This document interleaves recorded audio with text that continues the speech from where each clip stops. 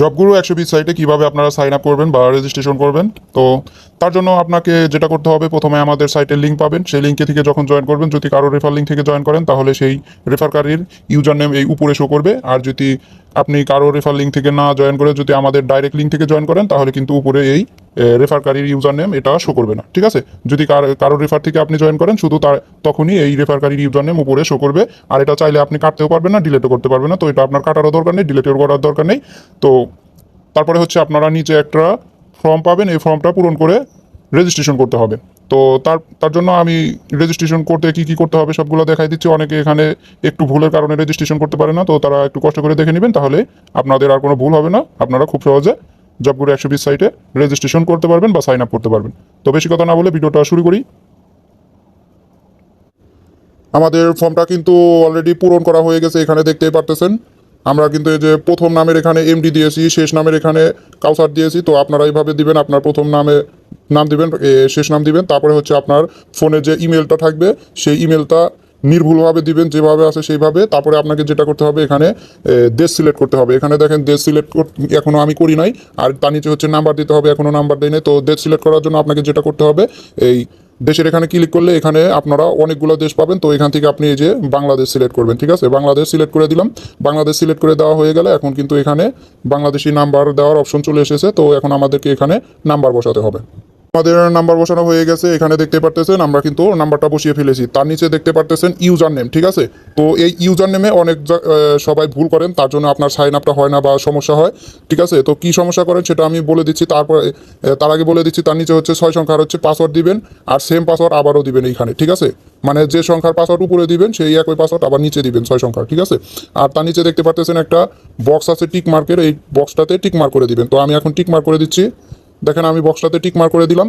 আর এখন আসি যে এই ইউজার নেমে আপনারা কি ভুল করেন। ইউজার নেম, এখানে ইউজার নেম কিন্তু সবসময় এরকম অ্যাডজাস্ট হবে। অনেকেই করেন, এই যে দেখেন আমি এখানে দিয়েছি এমডি কাউসার। তো অনেকেই যেটা করেন, এখানে যেভাবে এমডি দেওয়ার পরে এখানে স্পেস দেন। ঠিক আছে, যেটাকে বলে নামের মাঝখানে ফাঁক করে রাখা। ঠিক আছে, তো এটা এভাবে দিলে কিন্তু আপনার ইউজার নেমটা হবে না বা রেজিস্ট্রেশন করতে পারবেন না। আপনারা ইউজার নেম সবসময় সবগুলো অক্ষর একসাথে এইভাবে অ্যাডজাস্ট করে দিতে হবে। কোনো রকম স্পেস দেওয়া যাবে না, কোনো রকম ফাঁক রাখা যাবে না নামের মাঝখানে বা অন্য কোনো জায়গায়। ঠিক আছে, আর এই নাম যদি অলরেডি একজন করে থাকে এই ইউজার নেম দিয়ে অ্যাকাউন্ট, তাহলেও কিন্তু করতে পারবেন না।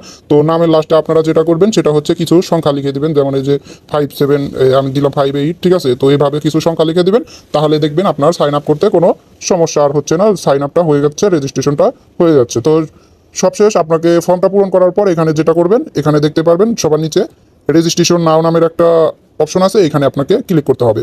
ঠিক আছে, ক্লিক করলে আমাদের অ্যাকাউন্টটা কিন্তু রেজিস্ট্রেশন হয়ে যাবে।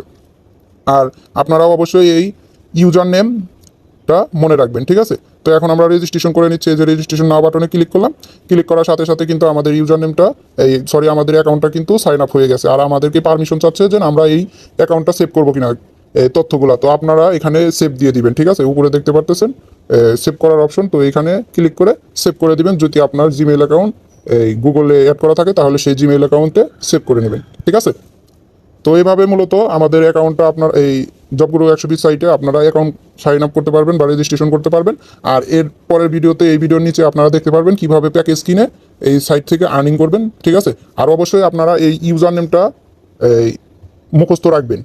আর মেন যেটা বিষয় সেটা হচ্ছে ওই যে 6 সংখ্যার পাসওয়ার্ড, ওই পাসওয়ার্ড ভুলে গেলে কিন্তু আপনার অ্যাকাউন্টটাও হারিয়ে যাবে। এটা সবাই মাথায় রাখবেন।